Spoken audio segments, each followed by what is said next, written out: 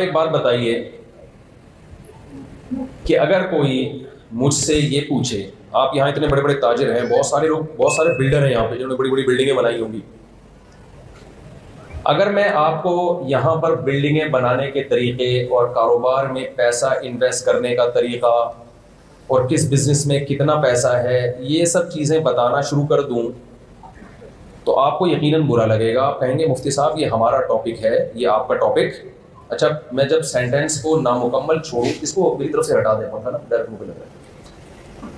जब मैं कोई जुमला अधूरा छोड़ूंगा तो आपने उसको कंप्लीट करना है, ताकि मुझे ये एहसास हो कि आप मेरे साथ मेरी बातचीत में शरीक हैं। मैं समझा पा रहा हूं अपनी बात? जज़ाकल्लाह। तो मैं अगर आपको यहां पैसा कमाने के तरीके बताना शुरू कर दूं, बिल्डिंगें कहाँ बनानी चाहिए, कहाँ नहीं बनानी चाहिए, इस वक्त बिल्डिंग में इन्वेस्ट करने का मौका है या नहीं है, ये बताना शुरू कर दूं, मेरा ख्याल है आपको बुरा लगेगा कि मौलवी साहब ये आपका टॉपिक नहीं है, ये हमारा टॉपिक है, हमें पता है हमने किससे मशवरा लेना है। आपका जो टॉपिक है ना, काइंडली आप उस पर बात करें। क्या ख्याल है, ऐसा कहेंगे कि नहीं कहेंगे? आपको दीन की बात के लिए बुलाया गया, आप क्या ये डॉलर और करेंसी का फ़र्क और ये सब चीज़ें लेके बैठ गए? तो इससे ये पता चलता है कि भाई दुनिया में जो जिसकी फील्ड है ना, उसको उसी मौजू पर बात करने की इजाज़त है। जो जिसकी फील्ड नहीं है उसे उस टॉपिक पर बात करने की इजाज़त, कंप्लीट कर लेना सेंटेंस, नहीं होनी चाहिए। आप में से कोई अगर ताजिर है, बिजनेस कर रहा है, किसी के गुर्दे में तकलीफ है और वो आपके पास आए कि आपने ये बिल्डिंग बना दी, इतनी ज़बरदस्त बिल्डिंग बनाई, अरबों रुपए इन्वेस्ट किए, उस पर करोड़ों रुपए कमाए आपने, इतने काबिल आदमी है, काइंडली मेरे गुर्दे में बहुत शदीद तकलीफ है, आप इसको ठीक करने का कोई तरीका बता दें। आप जवाब में क्या कहेंगे आप कि भाई आपका असल में गुर्दे का मसला नहीं, आपकी खोपड़ी का मसला है। आप गुर्दे से पहले किसका इलाज कराएं? खोपड़ी का। कि जो काम डॉक्टर का था उस काम के लिए आप किसके पास आ रहे हैं? बोले मेरे पास आ रहे हैं। आप कह रहे होंगे मुफ्ती साहब ये किस किस्म की मिसालें लेके बैठ गए हैं, समझाना क्या चाह रहे हैं? मैं भी समझाना जो चाह रहा हूँ वो मैं आ रहा हूँ उसकी तरफ। हमारे साथ बहुत बड़ा मसला ये है कि हम हर चीज़ हर एक से लेने की कोशिश कर रहे हैं, जिसके पास है उससे भी और जिसके पास नहीं है उससे भी। देखें, दुनिया में हर चीज़ हर एक के पास नहीं होती और हर मसला हर किताब में नहीं होता। अगर मेरे और आपका मसला सिर्फ दौलत कमाना ही है तो हमें किसी और के पास जाने की ज़रूरत नहीं है। दौलत कमाना आप लोग हमसे यकीनन बहुत ज़्यादा अच्छा जानते हैं, लेकिन आपको पता है कभी कभार आपका मसला, आपकी हेल्थ भी होती है, शुगर लेवल ऊपर नीचे हो रही होती है, उस वक्त आप डॉक्टरों से रब्ता करते हो। कभी कोई डिप्रेशन भी होती है, उस वक्त आप जो नफ्सियाती डॉक्टर्स हैं उनसे रब्ता करते हैं। कभी मुल्की हालात ख़राब होने की तरफ जा रहे होते हैं, सियासतदानों से रब्ता करते हैं आप। तो इससे हमें पता चला कि भाई हम, कभी बेगम टेंशन दे रही होती है तो ससुराल या इसराइल से रब्ता करते हैं। ससुराल का दूसरा नाम इसराइल भी है प्यार से, और उसमें जो दामाद है ना वो फिलिस्तीनियों की तरह ही होता है ससुराल के सामने। तो हमारे मसाइल सिर्फ दौलत नहीं है, बीसियों और भी बहुत सारे हमारी जिंदगी में मसाइल हैं। जब आपकी जिंदगी में बहुत सारे मसाइल आते हैं तो आप क्या करते हैं? यकीनन सारे मसाइल को हल करने की कोशिश करते हैं, ऐसा है ना? लेकिन उसमें तरजीह किसको देते हैं? भाई जो बड़ा मसला है उसको सबसे पहले हल किया जाए, छोटे मसलों को बाद के लिए रख दिया जाए। इसी उसूल पे जिंदगी गुजारी जाती है कि बड़े मसले पहले हल, छोटे मसले बाद।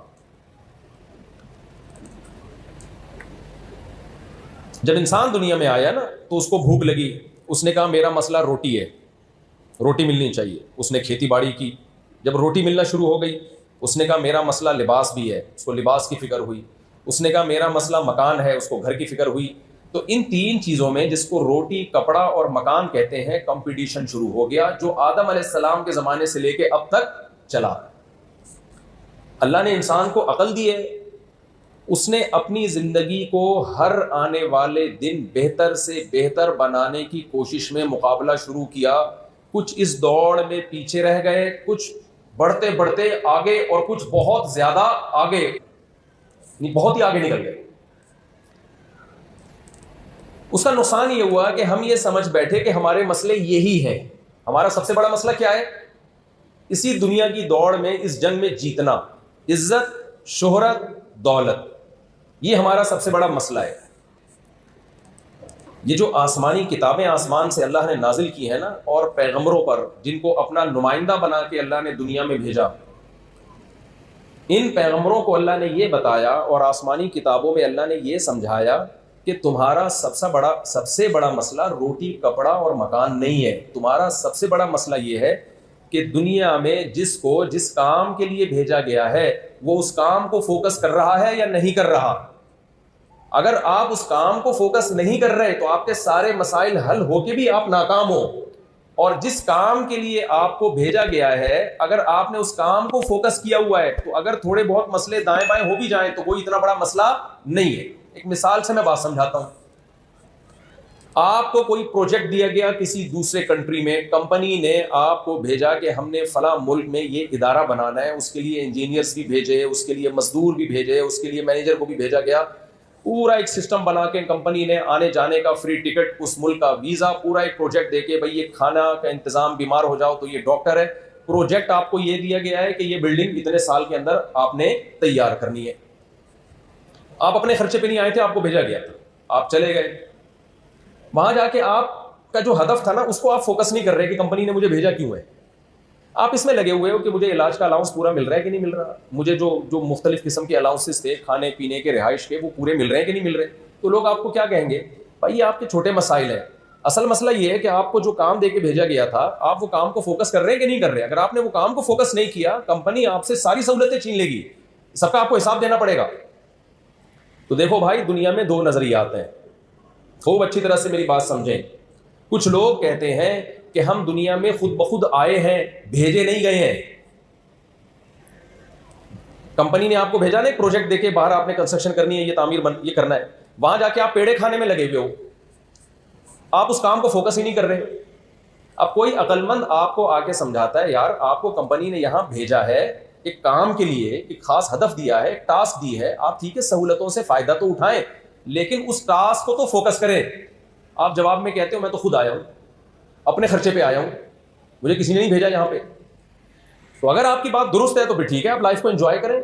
लेकिन अगर आपकी बात गलत साबित हो गई तो लोग क्या कहेंगे, भाई तुम जिस तरह से लाइफ को यहां एंजॉय कर रहे हो ना, ये वो लोग एंजॉय करते हैं जो अपने खर्चे पे आते हैं, अपनी मर्जी से टिकट कराते हैं। जिस गरीब को किसी ने टिकट करा के भेजा हो, जिस मजदूर को कंपनी ने आने जाने का किराया दिया हो, वीजा भी खुद लगाया हो, सारी सहूलतों का भी खुद इंतजाम किया हो, उस मजदूर पे इस किस्म की बातें जचती नहीं है। और ये लाइफ स्टाइल उस पर जचता नहीं है, क्योंकि तुम आए नहीं हो, तुम्हें यहां पर भेजा गया है।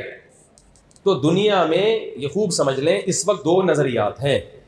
कुछ लोग कहते हैं कि हम दुनिया में खुद ब खुद पैदा हुए हैं, खुद ब खुद आए हैं, ये दुनिया बिग बैंग थ्योरी के नतीजे में धमाके से फटी और फिर इवॉल्व होते होते ऑटोमेटिकली एक सेल वजूद में आया, फिर उस सेल से जानवर वजूद में आया, बंदर वजूद में आया, बंदर से होते होते ऑटोमेटिकली एक इंसान बन गया, गाय बन गई, भैंस बन गई, कुत्ते, बिल्ले, मुर्गियां, सब ऑटोमेटिकली ये सारा निज़ाम सज धज के तैयार हो गया। तो ये किसी ने किया नहीं है, ये खुद ब खुद हुआ है। जब हुआ है तो फिर हमारी जिंदगी का कोई मकसद नहीं है। क्या ख्याल है भाई, जो खुद आया हो अपने खर्चे पे कहीं, उसकी मर्जी जो मर्जी करे, क्या ख्याल है आप? एक आदमी अमेरिका चला गया, अपने खर्चे पे घूम फिर रहा है, वहां पे आप कह रहे हो तू ये क्या कर रहा है यहाँ पे, तो आपका बनता है उससे पूछना कि तू क्या कर रहा है। वो कहेगा कि तेरे खर्चे पे आया हूं जो तुम उससे पूछ रहे हैं भाई। देखो, घर में जब कोई बच्चा ज्यादा तंग करता है ना, अब्बा उसको समझाते हैं, तो जो बच्चा कमाता है वो क्या कहता है, अपना खाता हूं, अपना कमाता हूं, मेरे ऊपर किसी की, देखो जुमला ही नहीं कंप्लीट कर रहे आप लोग, मेरे पे किसी, अपना खाता हूं, अपना कमाता हूं, हम पे कोई धौंस नहीं जमा सकता, कहते हैं ना लोग। लेकिन ना अपना खाता है कम वक्त, ना अपना कमाता है, अब्बा के टुकड़ों पे पलता है और घर में बाप बन के बैठा हुआ है, तो अब्बा बर्दाश्त करेगा उसको? फिर वो कहेगा कि मेरी चलेगी। भाई तेरी जब चलेगी जब तेरे अपना खर्चा होगा। तभी मैं लड़कों से कहता हूं ना, लौंडे लपाड़े जो कराची के, कि हमारे अब्बा जो है हमारी शादी नहीं कर रहे, तो और फिर मेरी मर्जी की शादी नहीं कर रहे, तो मैं कहता हूं कि खर्चा आप अपनी मर्जी से कर रहे हो या अब्बा का खर्चे पे हो रही है? कहते हैं अब्बा के खर्चे पे हो रही है। तो मैं कहता हूं जब अब्बा पे खर्चे पे होगी तो फिर शादी किसकी मर्जी से होगी? अब्बा की मर्जी से। तुम्हारी मर्जी से जब होगी, जब खर्चा भी तुम्हारा, घर भी तुम्हारा, गैस बिजली का बिल भी तुम्हारा। तो देखो, दुनिया में कुछ लोग ऐसे हैं जो ये कहते हैं हम भेजे नहीं गए हैं, हम एक धमाके के नतीजे में वजूद में आ गए हैं, ये सब ऑटोमेटिकली हो रहा है।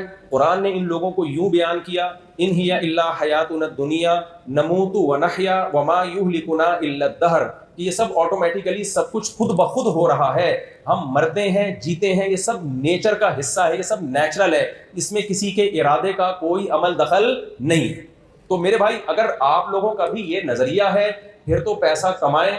फिर वो शेर है ना अकबर इलाहाबादी का, छोड़ लिटरेचर अपनी हिस्ट्री को भूल जा, शेखो मस्जिद से ताल्लुक कता कर स्कूल जा, 4 दिन की जिंदगी है कोफ्त से क्या फायदा, खा डबल रोटी कलर की कर खुशी से भूल जा। समझ में आ रही है बात की नहीं आ रही? तो लाइफ को जितना एंजॉय कर रहे हैं इससे भी ज्यादा एंजॉय करें, फिर ऐसे एंजॉय करें जैसे गोरा कर रहा है। हम लोग तो ना इधर के ना उधर के, फिर अब्बा को क्यों रखा हुआ है घर में संभाल के आप लोगों ने? गोरा क्या कहता है भाई, life is the name of entertainment, यही कहता है ना गोरा। लिहाजा वो कहता है कि एंटरटेनमेंट में जो चीज भी रुकावट बनेगी वो कबाब में हड्डी है, कबाब में हड्डी को खाया जाता है या फेंका जाता है?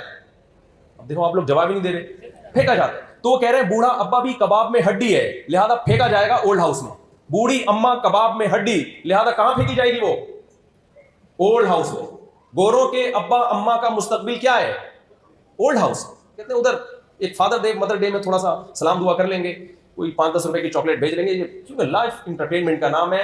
बूढ़ा अब्बा खांसेगा, अम्मा खांसेगी, जरासीम फैलेंगे। हम जरासीम लेस जिंदगी गुजारना चाहते हैं, जरासीमों वाली जिंदगी से हमें शदीद नफरत। समझ में आ रही है बात की नहीं आ रही?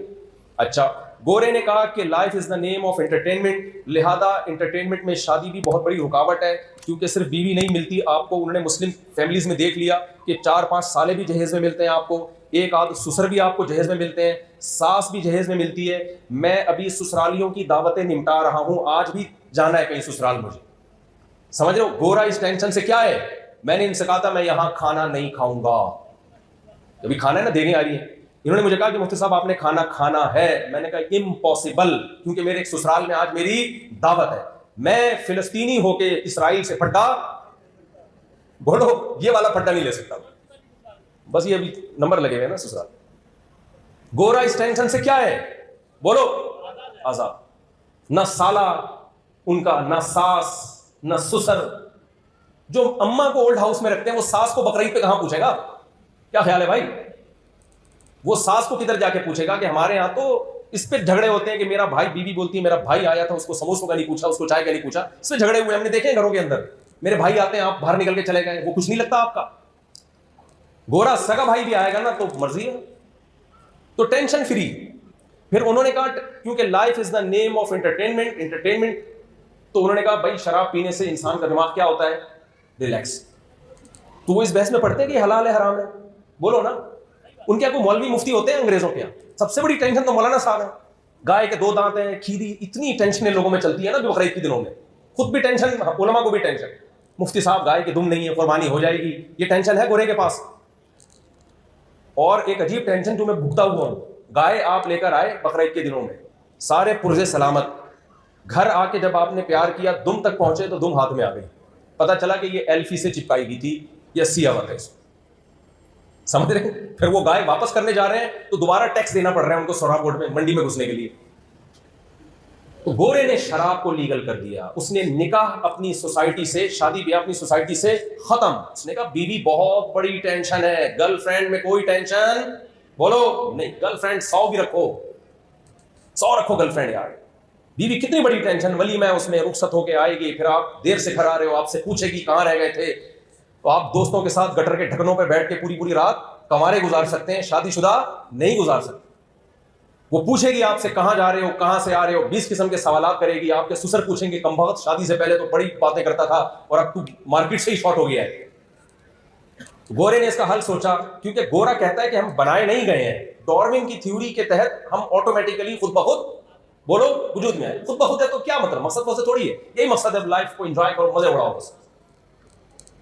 हाँ, इतने मजे उन्होंने लीगल नहीं किए कि आपस में एक दूसरे को काटना शुरू कर दें, शराब की लिमिट कर दी भाई, इतनी नहीं पीनी कि पी के उल्टे ही हो जाओ, पता ही नहीं चले कि जहाज सीधा उड़ा रहे हो या उल्टा उड़ा रहे हो। तो पायलट का एक टेस्ट होता है कि भाई आप इतनी पी के प्लेन उड़ा सकते हैं, यानी जिस चीज का आपस से ताल्लुक था ना कि एक दूसरे को काटना ना शुरू कर दें, तो उसको तो इन्होंने कंट्रोल कर लिया, बाकी सब क्या कर दिया, लीगल। और उस अय्याशी की इंतहा को पहुंचते पहुंचते होमोसेक्सुअलिटी को लीगल कर दिया उन्होंने, जो जिसके तस्वुर से घिन आती है इंसान, तो इंतहाई गलीज काम, लेकिन मुनाफकत नहीं है। उन्होंने कह दिया जब एंटरटेनमेंट के लिए तो एक इंतहा को वो पहुंच गए। आहिस्ता आहिस्ता उन्होंने क्या किया, शादी ब्याह के सिस्टम को खत्म किया। गर्लफ्रेंड शादी आपकी मर्जी है। 50-50 साल में लोग मुझे कहते हैं बूढ़े अपनी बीवी से बहुत वफा करते हैं। ओ भाई, तू 23 साल में शादी कर, फिर वफा करके दिखा। 50 साल 55 साल में शादी करके भी वफा नहीं करेगा तो अब तुम्हारे पास वफा के अलावा बचा क्या है? 60-60 साल में जाके कम शादी कर रहा है और बुढ़िया से वफा कर रहा है, तो क्या वफा ही करेगा तू?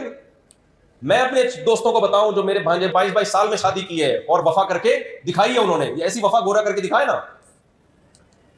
तो इंटरटेनमेंट होते होते उन्होंने कहा अब्बा को ओल्ड हाउस में हमें चूंकि जमा कराना पड़ता है, तो ऐसा करो सिरे से अब्बा ही मार्केट से क्या कर दो, शॉर्ट, अब्बा ही खत्म कर दो। सिंगल मदर, अम्मा को खत्म करना पॉसिबल नहीं है ना। बच्चे क्या लैब में थोड़ी पैदा होंगे, अम्मा तो चाहिए ना।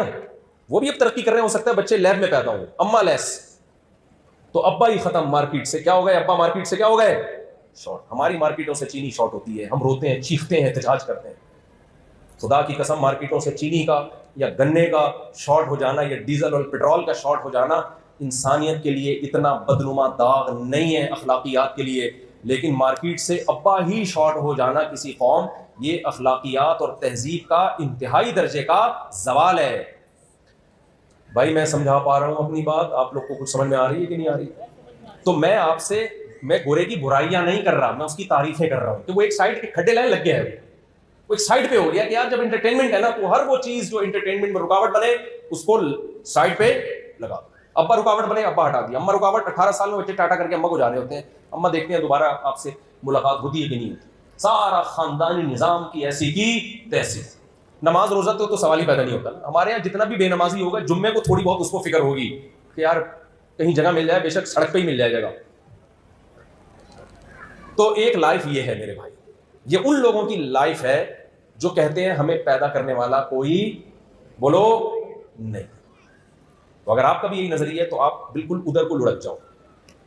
लेकिन एक नजरिया वो है जो कुरान बयान करता है, अम खुलिकू मिन गैरि शैइन अम हुमुल खालिकून। अल्लाह कहता है कैसे डार्विन की बातों पे यकीन कर लिया, भला कोई खुद भी बन सकता है? आज तक कभी ऐसा हुआ कोई चीज बनी? आप लोग बिल्डर बैठे हुए हैं, कभी खुद से कोई बिल्डिंग वजूद में आ गई धमाके से? है भाई? मुझे एक बात बताओ, कराची में अल्लाह ना करे धमाका हुआ, खड़ी हुई बिल्डिंग थी, तबाह बर्बाद हो गई, बिल्डिंग की ऐसी की तैसी हो। लोग आपसे पूछेंगे ये बिल्डिंग कैसे टूटी, आप कहेंगे भी धमाका हुआ था। कराची भी है, बिल्डिंग भी है, धमाके भी, तो बिल्कुल आपस में मैचिंग हो रही है ना, इन तीनों चीज़ों का जोड़ बनता है, मान लिया जाएगा। लेकिन आपने देखा एक बिल्डिंग वही जो धमाके से टूटी हुई थी, कल बर्बाद हुई हुई थी, आपने देखा कि यार 1 महीने में बन के बिल्कुल फिटफाट उसी स्टाइल में बेहतरीन, उससे भी ज़्यादा बेहतरीन अंदाज से वो बिल्डिंग बन के खड़ी हुई है।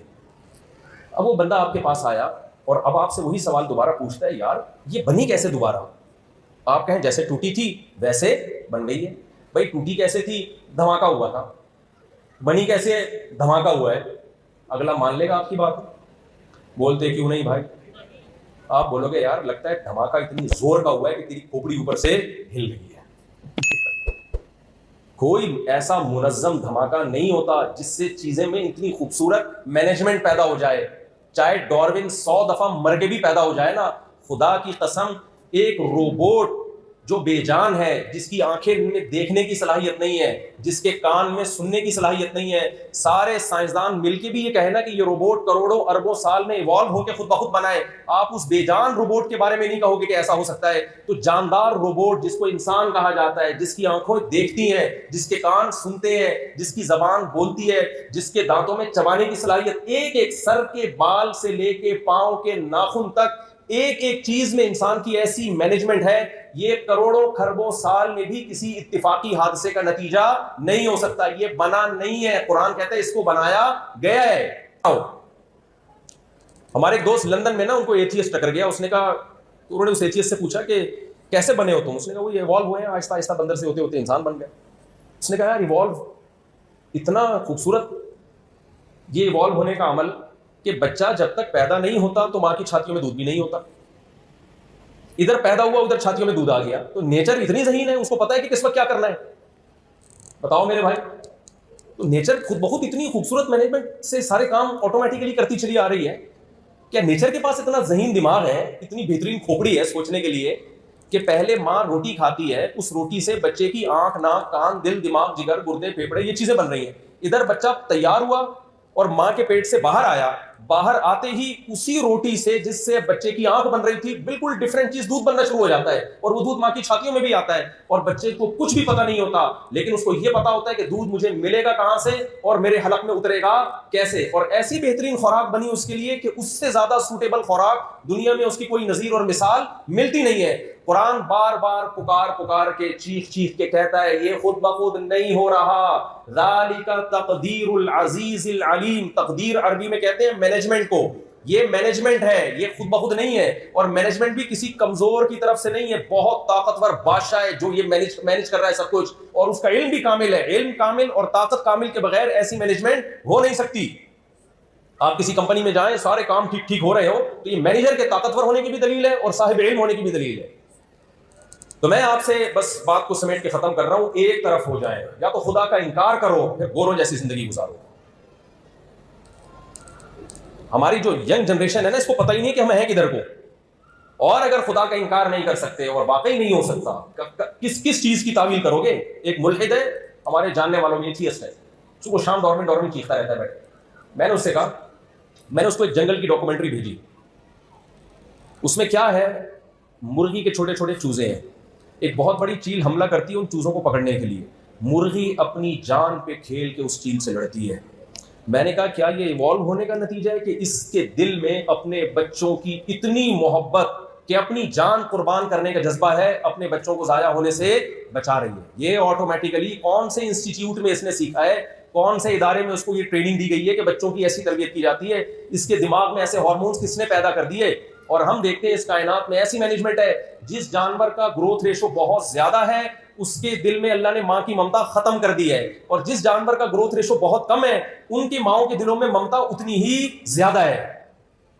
सांप कितने अंडे देता है, हजारों, खा जाता है, क्यों? सांपनी जो है उसकी मादा, क्योंकि अगर वो बचे ना तो जमीन पे कदम रखना मुमकिन नहीं रहे। तो ऐसी खूबसूरत मैनेजमेंट जो इस कायनात में है, ये किसी ताकतवर बादशाह के बगैर मुमकिन नहीं है। तो अल्लाह ने क्या फरमाया, इस्लाम का खुलासा किया है, खाओ भी पाकीज़ा।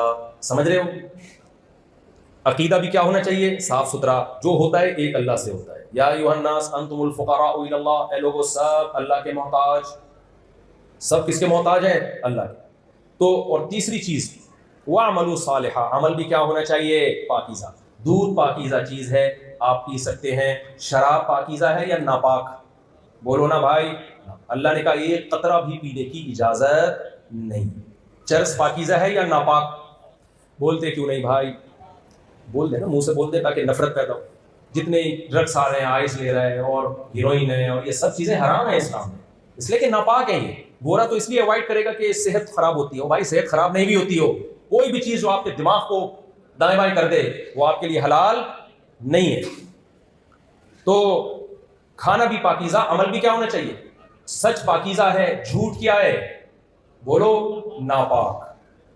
झूठ क्या है भाई, नापाक है, तो छोड़ देना चाहिए। नमाज अल्लाह की इबादत से भागना ये नापाक अमल है। जिस खुदा ने पैदा किया उसका भी तो कोई हक है, और अल्लाह ने ये थोड़ी कहा 24 घंटे मेरी इबादत करो। अल्लाह ने कहा 5 टाइम हाजिरी दे दो। कितने टाइम हाजिरी दे दो भाई मस्जिद में, 5 टाइम, मेरे सामने झुक जाओ आके। ये नहीं कहा कि सारा दिन नमाज ही पढ़ते रहो। ये जो मैंने आयत पढ़ी थी ना, इसमें अल्लाह ने क्या फरमाया, हमारे नेक बंदे वो ताजिर हैं जिनको तिजारत अल्लाह की याद और नमाज से गाफिल नहीं करती। अल्लाह ने ये नहीं कहा कि वो तिजारत करते ही नहीं है, अल्लाह ने कहा करते हैं, लेकिन उनकी तिजारत उनको नमाज से गाफिल नहीं करती। अब्दुल्ला बिन उमर रज़ी अल्लाह तआला अन्हु बाजार में गए, अजान की आवाज आई ना तो सारे ताजिरों ने दुकानें बंद की और मस्जिदों में भागने लगे जमात की नमाज।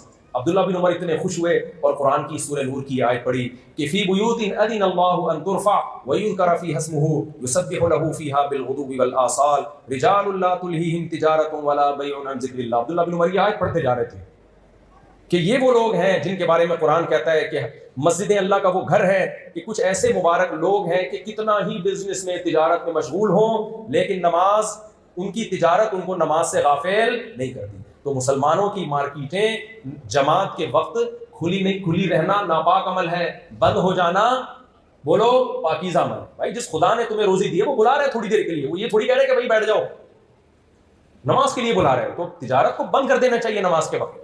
तो ये चंद बातें थी। इसी तरह रिश्तेदारी तोड़ना नापाक अमल है, जोड़ना बोलो पाकीज़ा। इसी तरह रिश्तेदारी ना बनाना नापाक अमल और बनाना पाक। रिश्तेदारी बनती किससे है? निकाह से। चचा, मामू, खाला, फुप्पी, ताया, बहुएं, दामाद, पोते, नवासे, ये सारे रिश्ते किस अमल के नतीजे में वजूद में आते हैं? बोलो ना, निकाह। जानवरों के कभी सुना ये मेरा गधा ये इसका मामू है? सुना आपने? भाई आप अपने गधा या गाय लेकर आए, आप उसका भी बकरीद गुजरी है ना, तो तारुफ करवा रहे हैं आप, ये मेरी गाय है। उसका बस ये इंट्रोडक्शन होगा, इसमें इतने मन गोश्त है, इतने की मिली है, ये नस्ल है, इससे ज्यादा कोई तारुफ नहीं। ये नहीं होगा ये मेरी गाय है, ये इसकी खाला है, ये इसकी मामू है, ये इसकी बहू है, ये इसका पोता है। ना ना ना भाई, गाय का इससे कोई लेना देना नहीं है।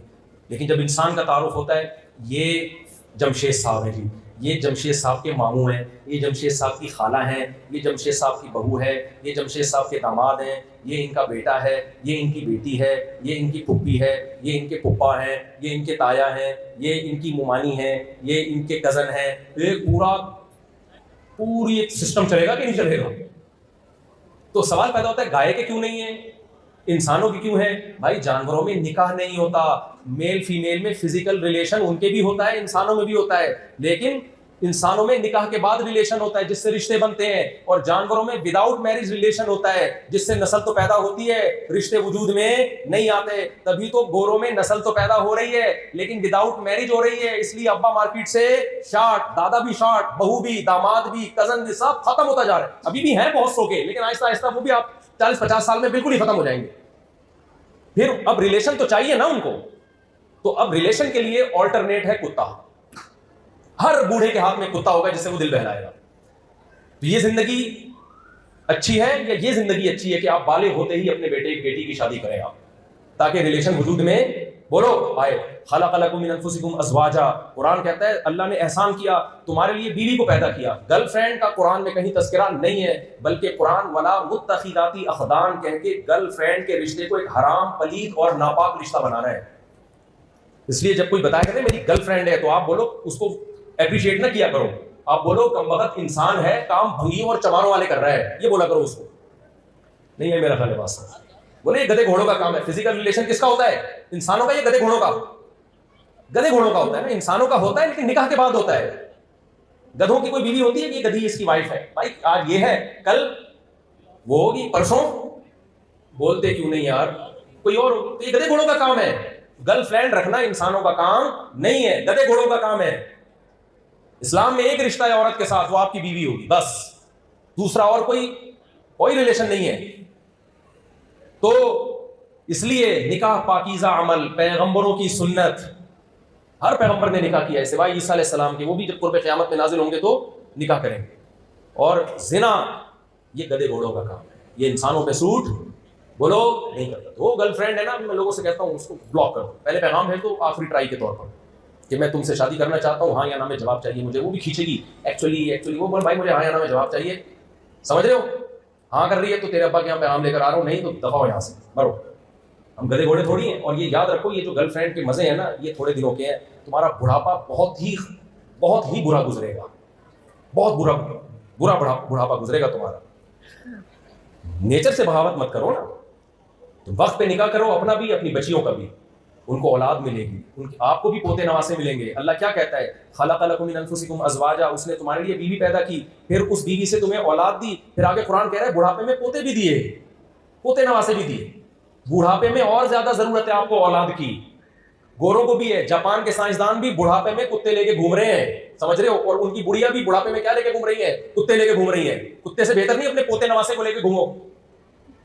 नहीं आई मेरा ख्याल। और खवातीन से मैं एक आखिरी बात करता हूँ, वक्त पे शादी कर लो, वरना बुढ़ापे में कुत्ता लेके घूमना पड़ेगा। तो कुत्ते का बेहतरीन ऑल्टरनेट मियां अल्लाह ने, सॉरी गलती हो गई, क्या करें? कुत्ते का बेहतरीन ऑल्टरनेट क्या है भाई? बोलो। मियां है, लगता भी बीवी के सामने हो। तो शरीफ बेचारे सीधे साधे से उनकी बात कर रहा हूं। तो ये ऑल्टरनेट, ये तुम्हारी तन्हाई दूर करेगा, इससे तुम्हें औलाद मिलेगी, वो बुढ़ापे में तुम्हारा सहारा बनेगी। आप पढ़ें लिखें जॉब करें जो मर्जी करें, वो आपका हेडेक है, लेकिन नेचर से बहावत बोलो मत करो। नेचर से बहावत की बहुत सख्त, क्योंकि जापानियों का ना, मैं जापान रहकर आया हूँ, लोग कहते हैं एक हफ्ता आप वहाँ रह लिए तो उससे क्या कल्चर समझ में आ गया। भाई इतने मुल्कों में एक हफ्ता गुजार चुका हूँ कि उनका एक उनका कॉमन है, वो बहुत सारी चीज़ें उन तमाम कल्चरों में सेम है। तो उसमें यही है कि जापान में ना बूढ़े आदमी को जैसे हम उबर और करीम रेंट पे मंगवा लेते हैं ना, ऐसे एप्लीकेशन में बंदा रेंट पे बुलाते हैं, वहां की बुढ़ियां भी और वहां के साइंसदान बुढ़े भी। नहीं आई मेरा ख्याल, तो बूढ़ा देखता है ना बहुएं हैं, ना दामाद है, ना पोते हैं, ना नवासे हैं, कुछ भी नहीं है, क्या करें। एक आध बच्चा था, वो भी पढ़ने के लिए चला गया, वो तरक्की के लिए चला गया, उसको भी बताया कि असल चीज़ तरक्की है। तो फिर वो क्या करता है, बैठा बैठा होकर पखियाँ मार रहा होता है। फिर वो एप्लीकेशन बना दी उन्होंने, बटन दबाएं, 20 किस्म के बंदे आ रहे हैं, कौन सा चाहिए आप, तो ये वाला चाहिए, 1 घंटे के लिए इतना रेंट आ जाएगा, आपसे हंसी मजाक करेगा, मिस्टर बीन के क्लिप दिखा देगा आपको, अगर पाकिस्तानी होगा तो उमर शरीफ के 2-4 शो दिखा देगा आपको। पूरा होते वो ईमानदार है, वो 2 नंबर ही नहीं करते। हमारे यहाँ अगर ये रेंट वाला सिस्टम भी शुरू हुआ ना, कम वक्त आएगा भी आधे घंटे बाद और जाएगा भी 10 मिनट पहले, और उस दौरान भी 20 मिनट वॉशरूम में गुजार देगा वो। हमारे तो वैसे भी ईमानदारी नहीं है, तो आपको तो ज्यादा जरूरत है। तो आएगा पूरा 1 घंटा बूढ़े को इंटरटेन करेगा, बुढ़िया के साथ गपशप लगाएगा या लगाएगी कोई भी, और अपना किराया लेके पतली गली से निकल जाएगा। इसलिए भाई नेचर से बगावत मत करो। तुम्हें अल्लाह ने बड़ा प्यारा मजहब दिया है जिसे इस्लाम कहा जाता है, जिसकी अल्लाह ने तारीफ की, फितरत अल्लाहिल्लती फतर अन्नास अलैहा, ये वो नेचर है जिस पे अल्लाह ने इंसानों को पैदा किया। तो ख़वातीन से गुजारिश करूंगा, पर्दे को अपना मामूल बनाएं, अपने घरों को आबाद करने की कोशिश करें। गीबतों से घर बर्बाद होते हैं, आबाद नहीं होते। किसी ने कहा ना कि कौन सा ऐसा इदारा है जहां ख़वातीन जॉब नहीं कर सकती। बहुत माजरत में उन ख़वातीन की बात कर रहा हूँ जो बयान नहीं सुन रही हैं, तो यहाँ बैठी हुई हैं, उनकी मैं बात ही नहीं कर रहा। तो किसी ने पूछा कौन सा इदारा ऐसा है जहाँ ख़वातीन जॉब नहीं कर सकती, उसने कहा फायर ब्रिगेड के हमले में वो जॉब नहीं कर सकती। क्यों भाई? उसने बताया कि ख़वातीन का काम आग लगाना है, आग बुझाना नहीं है। मैं उन ख़वातीन की बात कर ही नहीं जो यहाँ बैठी हुई है, तो गुस्सा होने की जरूरत बिल्कुल भी नहीं, मैं उनकी बात ही नहीं कर रहा, मैं उनके अलावा की बात कर रहा हूँ। तो घरों में क्या गीबतों के जरिए ना, सास को नन से लड़ा दिया, उसको बहू से लड़ा दिया, उसको इधर से लड़ा दिया, उधर लड़ा दिया, ये कोई सुलह की कोई बात ही नहीं कर रहा है। तो घर जोड़ना भी औरत का काम है, तोड़ना भी किसका काम है? औरत का काम है। अल्लाह ताला से दुआ है कि इस्लाम के पाकीज़ा अहकाम पर अल्लाह हम सबको अमल की तौफीक अता फरमाए और इन दो